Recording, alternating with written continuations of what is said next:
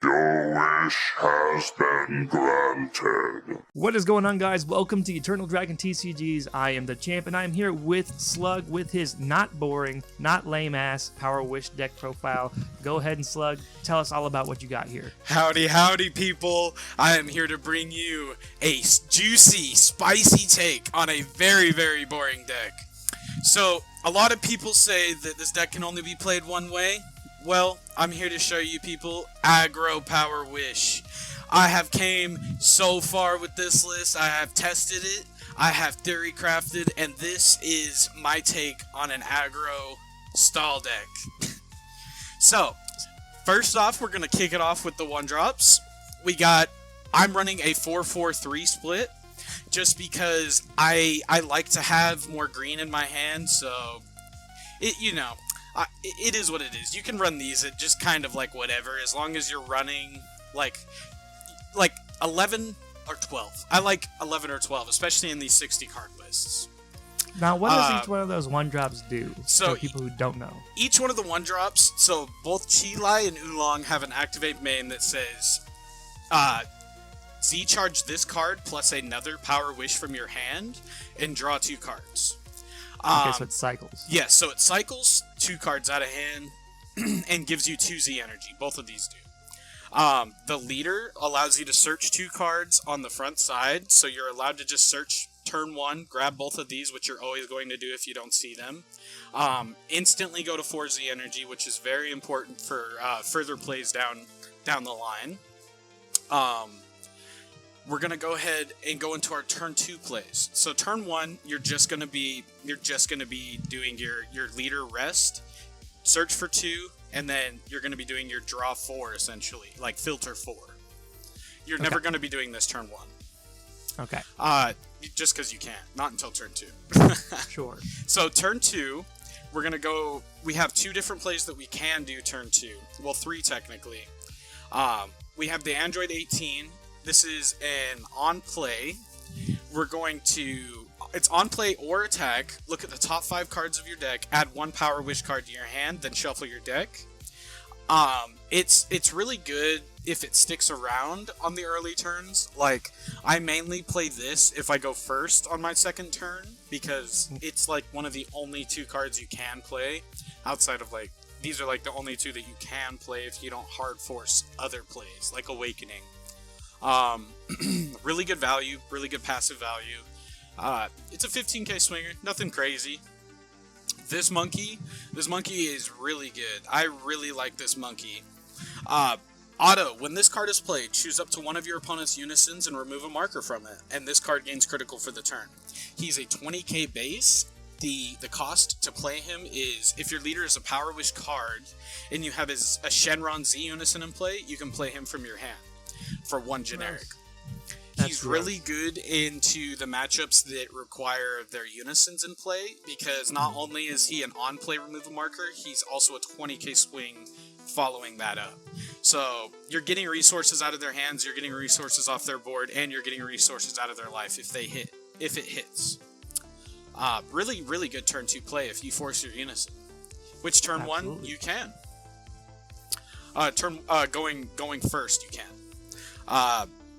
Then we're going to go into the turn 2, or going second turn 2 play. This is my favorite turn 2 going second play. It's the new Krillin. This is the new store promo. He says, auto once per turn, Spirit Boost 2. When this card is played or activates blocker skill, choose up to one of your Power Wish cards and switch it to active mode. This is an extremely strong auto, because not only can you on defense restand him, but you can restand your leader on offense. So on your turn 2 going second, you're able to go +4 in your hand and pass with defensive blocker, guaranteeing your turn 3 aggro play with a massive grip. His second auto says, when this card is removed from the battle area by a skill, your leader gets 5k power for the turn.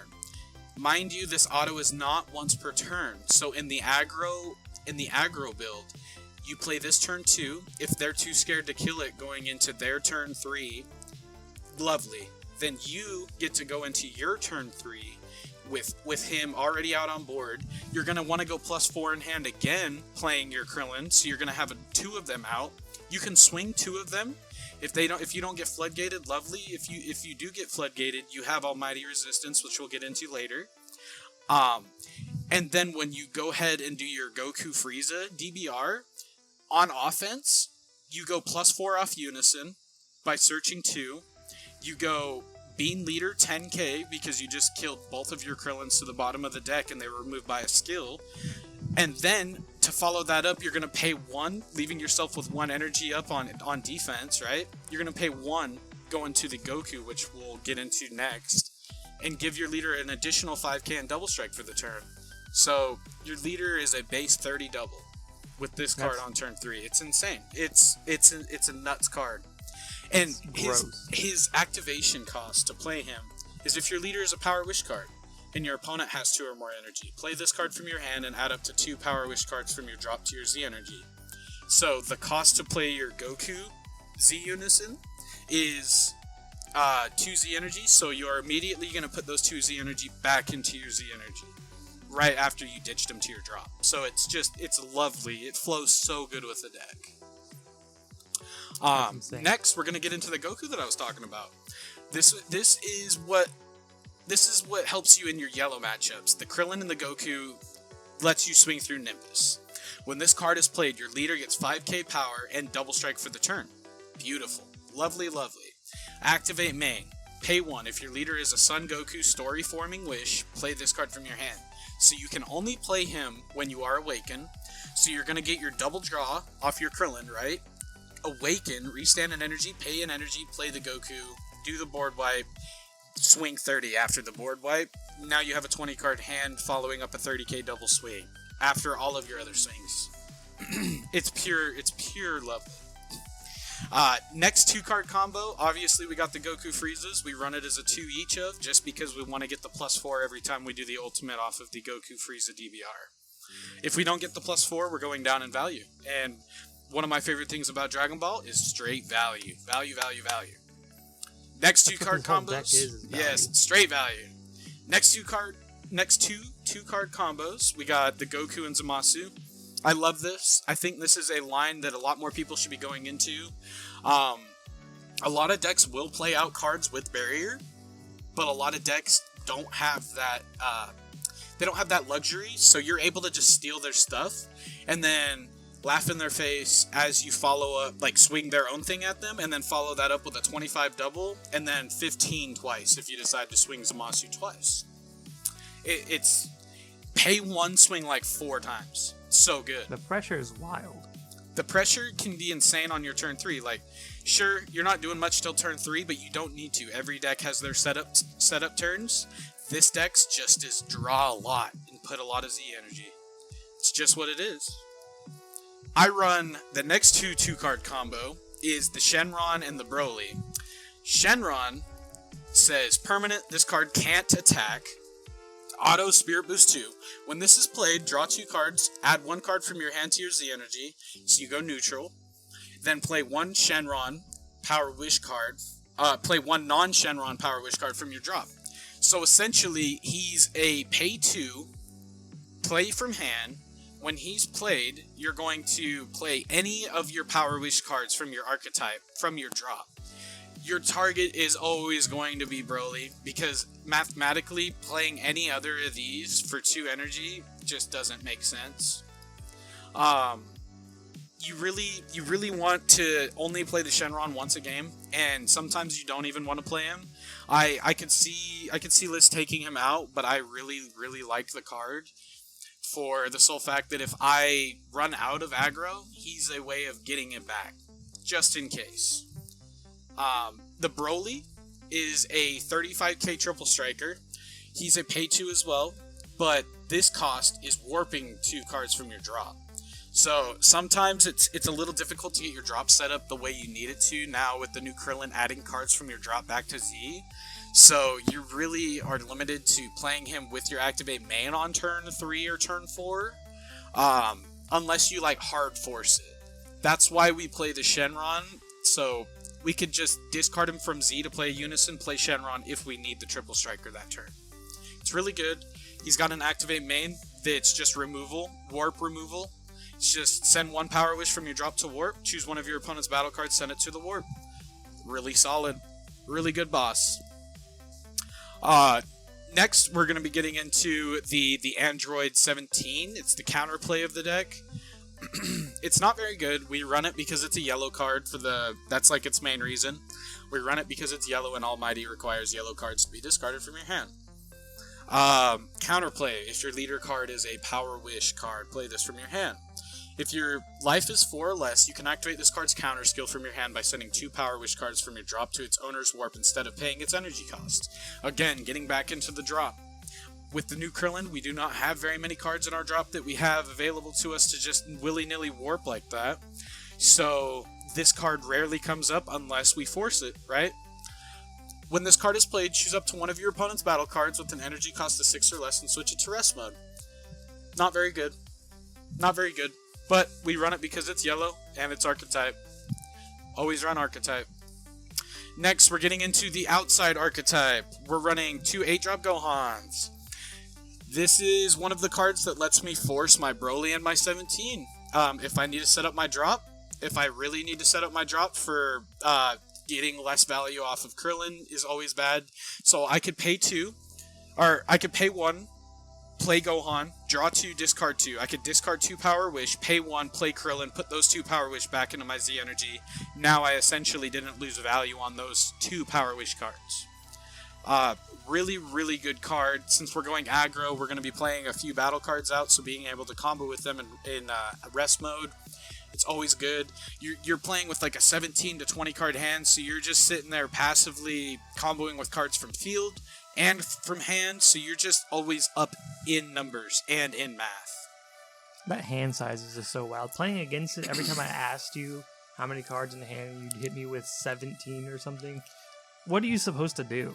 Yeah, it's really rough because this deck is able to just go like +4 on its turn or +3, or it's up to the pilot how much they want to draw that turn or how much they want to go aggro that turn. And you think that it would be like really susceptible to mill? Oh, of course. All you're doing is just cycling your Z energy back to the bottom of your deck. Like, I don't think you've ever gotten close to milling out. I think with this deck specifically, the build that I have, I could beat Zamasu Mill, but with the normal build, it does lose to Mill. I believe it loses to Mill, just because it likes to sit there and do nothing, and unfortunately, it cannot loop the same Z Unison Ultimate every turn, so they kind of have to pick and choose what they're doing each turn.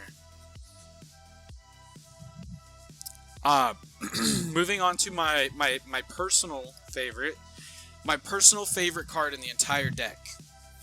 Jiren Final Form. Not only is this the best card that you can play on turn 3, but it's the best card you can play at any point in the entire game. Nowhere on the Power Wish leader does it say you have to ultimate a Unison every turn. Nowhere on the leader does it say you have to do that at all. In fact, it just says when a Shenron Z Unison leaves the Unison area, you know? So I don't think people understand that auto, how strong that is. You don't have to ultimate the Unison going down the 6 Z energy. Going down 6 Z energy on your turn 3 is wild. You can do it, and it's really good, but I like to just kind of feed my Unison and use my Spirit Boost effects for like massive value. Being able to play this Jiren turn 3, swing 25 double, clear 2 targets, or hit their Unison on top of hitting their Unison on the prior turn with the monkey, like they're sitting in there shivering in their timbers, like what is going on right now? Like, and 25 base double is nothing to scoff at. It's so good. It's so good on turn 3. It really is. It's so good. Like, you can set it up. You can set it up in a way that when you play this, when you activate the Spirit Boost effect, after you play your Krillin on turn 3 to do your leader effect, you give your Goku, get your Goku down to 1 marker, awaken, right? You awaken, restand in energy. ditches the energy to the bottom of the deck, give your Goku 1 marker, swing Jiren, Spirit Boost 2 markers, auto on leader, add 2 cards from deck to hand. Then, after that, you have Jiren auto go off, and you hit 2 things, and now they're stuck with 25 double staring them down, and you just went +6 on your turn already. And they're like, what? What are you supposed to do? And like, not even in just this deck, I love this Jiren card just as like a dude that is a pain in the ass to deal with in red decks. Because when I was building Surge Q, this was like a really big contender for the deck, because it is like the new Unison support requires you to have that Unison out, so being able to maximize that Spirit Boost too. But just paying 1 to have a big ass double striker is really nice. So I love that choice of card. It's lovely. That's why I run it as a 4 of, because it's never dead. It flows so good with what the deck wants to do as per its autos. I think that this deck can be played multiple ways. I don't think that playing it aggro is playing it incorrectly, and I think the people that say that are silly. That's the beautiful thing about Dragon Ball. Yes, playing sir. Different ways. I think you gotta be a type of player that's crazy to say that a prismatic deck can only do one thing. You really gotta be stuck in your ways to think that a prismatic deck, a deck that's all colors, cannot do multiple things. Next, I don't want to stay on that too long. So next, we're going to be moving on to SS Gohan defeating the demon. It's your turn 1 play. This is your turn 1 play every single game. You always have it online, and if you play your cards right, he is always online every single turn, yours and theirs. That's why I don't like ditching 6Z energy on my turn 3, because then you go down to like 4. So if you play Unison, you go down to 2, and then he's automatically offline again. So it's like, you have to really be careful. But this guy fucks hard. Really, really, really good card. Really good. It's so weird playing against it and you playing it offensively. You're so used to seeing this Gohan being played on your turn when you play something out. Like when you were playing against my Wishmasu deck, when I played my 5-drop, I was waiting for that to hit the board so fast, but it never did. And then you played it on your turn. It was pretty interesting to see that. I love using this offensively. Turn 1 going second. Watching somebody go from 6 to 2 or from 8 to 6, right? So you hit them down to their awakening like threshold already. They're just sitting there like, whoa, that's crazy. And then you just do that every single turn because they don't want to remove it because they know you have 3 more. So you always have a 20k double striker or a blocker out available to you to use. Absolutely. So good. Next, we're going to get into my favorite spicy tech. So shout out to Edge of Response, Blackheart, and a few others in the Slug's Domain Discord. They gave me this idea, and I've been really, really fucking with it ever since I've been playing with it. Son I love Goku, that you added this card. Yes, Son Goku Strength of Legends, permanent. Only 1 copy of this card can be played in your battle area, and this card can't evolve into other cards. Activate main. If you have at least 1 mono red, 1 mono blue, 1 mono green, 1 mono yellow card in your drop area, and you have 4 or more energy, play this card from your hand. He is this deck's overrealm. Your drop is so important to you that you don't want to overrealm, so this is the closest thing that you can get for a free 30k swinger. Even 35. Better, I know, I was about to say, even better yet, he's a 35. So you're getting extra value for free. Sure, he's a 10k combo in hand, but that's not really that big of a deal when you are having a 17 to 20 card hand like I have been mentioning. The deck doesn't brick because it searches for the cards it needs. That's just how it is. The activate main on the bottom, you're never going to be doing it because the deck that I built, you're going to be charging 2 yellow, 2 red. That's your entire goal. You're never going to be charging a blue or green. I'm playing it as just a 35k free swing, hence the 1 of, but he is a phenomenal card. Phenomenal. People never see him coming. That's really interesting. That it's something I never really noticed because like when you're looking at your board, because when we play online, I can't tell exactly what colors are in in your energy. I just always assume it's all of them. So the fact that you say that you don't ever use that bottom effect is kind of surprising. But it makes sense for the way you play this deck. He's really easy to turn online, right? We ditch 2 Z energy for most of our Z Unisons, and we can ditch 2 Z cards from our hand via the Gohan, so we can set him up very, very easily. It's super, super, super good. Next, we're going to be moving into our defensive package. So I'm running 2 counters. 2 counters. This is Almighty Resistance. It says, if your leader card is red, and you choose 1 yellow card in your hand and place it in your drop area, negate the counter attack skill. So good. That's why we run 2 of these guys. That's why we're running the bigger Goku Black Zamasu package, because we always want to have the yellow card available to us when we need this. If we have this in hand and we don't have that yellow, we're cooked. Like, we shouldn't even be running this if we don't have a yellow package to discard for its secondary effect. Absolutely. Testing the opposition. As a 2 of, token negates are always valid, always welcome. They always have a special place in my heart. They've won me lots of games. Have you ever killed someone with a token? I have, yes. I've killed somebody with Surmounting, like the Vegeta Xeno Z battle card. Beautiful. 2 King Vegeta Imposing Presence. This card paired with the Goku DBR Z Unison. It essentially says anything that you swing at my leader dies immediately. If your leader card is a mono red Saiyan card, you may choose the attacking card ignoring barrier, and it gets minus 10k power for the turn. Your opponent can't attack with cards for the turn unless they give the attacking card minus 5k power for the turn each time. You can't activate copies of this card from your hand for the turn. Permanent, if your life is 3 or less, you can activate this card's counter skill from your hand without paying the energy cost by choosing 1 card in your hand and discarding it. This is really, really good because we're going aggro, so we want to tap out a lot. So having a free floodgate available to us is invaluable. Next, we're going to be running into our boy Topo. Topo. Really good. We want to survive till turn 3, so if we are playing against aggro, we Topo.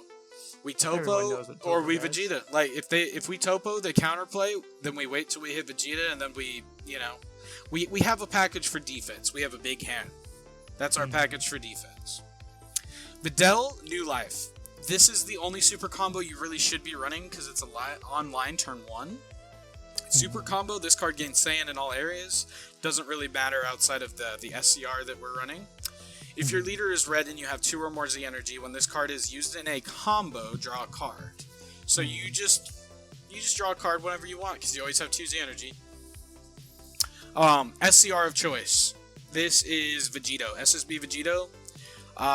Really, really good. It's on play, kill something, swing lethal. Like, that's what you're playing him as. It's a pay 1, swing lethal, counter, following. So good. Returning super combo, yeah. Like, returning super combo back to hand, super valid, so good. Just to go Unless it's the last card in your life. Yeah, it's always the last fucking card in my life, man. Gosh. But yes, I think this list has a lot of potential. We're going to be moving into the Z deck. It's a very unique Z deck, as in I'm not running 2 of the DBRs just because I don't think they're good. First, we're going to get started off with Goku Frieza as a 2 of. Each one of these DBRs is going to be a 2 of just because I don't think I can justify playing one of them more than twice in one game over the others, just because in certain scenarios, like, if you're not killing them by turn 4 and you're playing out 7 unisons, you're crazy and you should go into like a mental hospital and seek some help. That's crazy, brother. Like, sitting here for an hour, like, you only had 35 minutes in tournament, dog. Like, let's get on with the game. You feel me? Goku Frieza, +1 restand energy at the end of turn, -7 board wipe ignoring barrier. Search your deck for a Goku and a Frieza card, add them to your hand.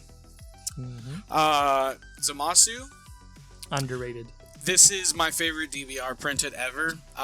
It's helped me win hundreds of games with Lord Slug. Permanent, this card can't attack and gain Shenron in all areas. All of them say that. Choose one of your battle cards. with an energy cost of 3 or less, negate its skills for the game, and choose one of your opponents, gain control of it for the game. So it's essentially, I'm going to give you one of my cards, its skills are negated, and I'm going to take your best card that I can with its skills still intact. So then you can swing it, get any of its on-swing autos, any of that. It's good stuff. It's crazy because it's like that's its +1, and that's not his ultimate. Yeah. Like, that sounds like an ultimate ability. Yeah, its ultimate ability is bad. Choose up to one of your battle cards. It gains indestructible until the end of your opponent's turn. You can't activate skills on copies of this card until your next turn. It's not very good, just because like there's not very many targets you want to give indestructible outside of just the Zamasu. But it's goofy to me. It doesn't already have indestructible, so it is what it is. You can play this the turn you play SCR, so then he survives into your next turn. It's kind of a good play. But yeah, we're gonna run into 2 of the Gokus. I don't know what the heck happened there. So 2 of the Gokus. Its +2 is choose up to one of your opponent's battle cards, and it gets minus 20k power for the turn. Its -7 is during your opponent's next turn. When your leader is attacked, the power of the attacking card becomes 1. Then that card's power is returned to its original value at the end of the battle. The reason why I love this is because paired with imposing, the attacking card goes to 1 and then -5. It's amazing. It's amazing. Oolong, this is your answer to like Zamasu Mill, just because they can't play any of their unions the turn that you activate your leader skill, or your unison skill. Sorry. Its +1 is your opponent just discards a card. Your -7 is during your opponent's next turn. If your opponent would draw a card by the skill of by the skill of a non-leader card, you place up to 1 battle card from your opponent's drop at the top of its owner's deck instead. Really, really good. And then annoying. Really good. To finish it off, we got 2 of the Krillin Wish After Conflict. It's +2. Choose up to one of your opponent's battle cards with an energy cost of 5 or less. Place it at the bottom of its owner's deck. Not very good. Its -7, though, is your leader gains the following skill until the end of your opponent's turn. Permanent. Negate the keyword skill on all of your opponent's battle cards. So good into certain matchups like Nameku. So good. But this like basically almost buys you another turn in its own right. Yes, these unisons are essentially please don't hurt me, and it helps you live to the next turn. Playing it stall is so boring because multiple people will just like the ulti unison and then pass for a flood, and I'm like, okay, that did like hardly anything besides get you like 1 more card in hand, and that's just boring. Side deck. We got 4 Broly Omen of Evolution. Since we're going aggro, we want to deny as much early combo and early value as possible. Since our leader is a activate main, switch to rest mode, search for 2 cards, we are not swinging turn 1 and 2 if we see these. If we don't see these, we're swinging. We side these into matchups that really, really need their early Z energy, and we side out easy cards. We side out any of our non-archetype cards. It's good stuff. 2 Koitsukais. Koitsukais, very standard. Move this card from your drop area from the game. Then choose up to 2 cards in your hand. Place them at the bottom of the owner's deck in any order. Draw cards equal to the number of cards you placed at the bottom of your deck with the skill. Then for the turn, if your opponent plays a battle card with 20k power or less, they choose 2 cards from their hand, send them to their warp. Really good into a lot of nowadays matchups because they love playing on your turn. And they love playing on my turn. And they love playing on your turn. And they love playing on my turn. And I just don't like that, so let's just stop it right now. Dabura, Ritual at Hand. We're playing aggro, but we're not playing till turn 3. So if we're playing against discard decks, we have the energy. We can pay for the Dabura. Just saying, it's a really good card to guarantee we're not going down in early value. One more monkey. Like I was saying earlier, against the decks that really require unisons, you want to see your monkey early. That kind of shit. Two Jiren, Survival of the Fittest. We got Daimoku coming up. And that's why he's at a 2-of, because Daimoku's coming up. And we fucking hate turning the tide in my household, so this is why we run this. Begrudging allies. Counterplay. If the battle card being played has an energy cost of 3 or less, send it to its owner's warp instead. Additionally, if your leader is black, send up to 1 battle card from your opponent's drop to their warp. Pretty good, pretty good. Permanent. If your life is at 4 or less, reduce the energy cost of this card in your hand by 1. It's pretty easily achievable to get to a 1 to a 1 cost extra. It's pretty vital for most of your matchups that have those strong floods. So you just want to see this into your blue matchups mainly. Ultimate Dark Dragon Slaying Bullet. We're running this as a 2 of. It's a counterplay. You can activate this skill if your opponent announces they're playing a Unison card. They may either remove a marker from it for every 2 cards in their drop area and warp, or place it in their drop area instead of playing it. If they don't, your opponent can only attack 1 more time for the turn. It's just a really solid counterplay. You're never going to be really doing it using it to activate main/battle. It's kind of niche, but it's a really solid counterplay because a lot of decks are requiring Z Unisons nowadays. But yeah, going over it, my final thoughts, I think that this deck has a lot of potential in the aggro category. The way that it flows, I think would surprise a lot of people. It will catch a lot of people off guard just because of the amount of damage that it can throw out so early. I think people are misconstrued in the ways of thinking that it can only do one thing and one thing only, which is ult Unison, install, and pass. I don't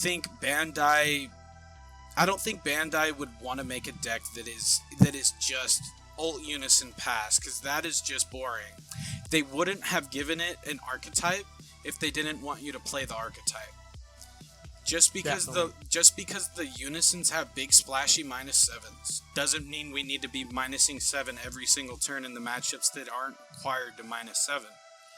I think we need to start thinking about the leader auto more as resource value rather than, alright, I'm gonna ult my Unison to get my resource value. We can get to our auto on our Awakened side so easy without having to even think about ulting a Unison. Sure, that's the quickest way, but in the end, all we care about is a Unison leaving our battlefield. Well, alright, that sounds really, this whole deck profile has been super interesting. I think if you were to play in a regional of any kind, especially those out there checking out this video want to give this deck a try, you see the list here. No secrets here. We're letting you see it all in its glory. If any of you play it in a regional, online or otherwise, please let us know how it goes. I think there's a certain surprise factor that does come with this deck because people will see Power Wish slapped on the table and think that they're in for a long ride, and next thing you know, they're down to 0 life before they even knew it. I think this deck is sick. I think you have a fantastic idea here, Slug, and I appreciate you showing the world that aggro Power Wish. Of course, and anybody that's interested in checking out the list in their own time, we're going to be leaving the link to the deck list in the description below, so go ahead and check that out as well. Awesome, and as always, thank you everybody for watching Eternal Dragon TCGs. My name is the Champ, as you know me, and this is Slug. Yes, sir. Signing off. Don't forget to like, comment, and subscribe, and we'll catch you in the next one. Peace.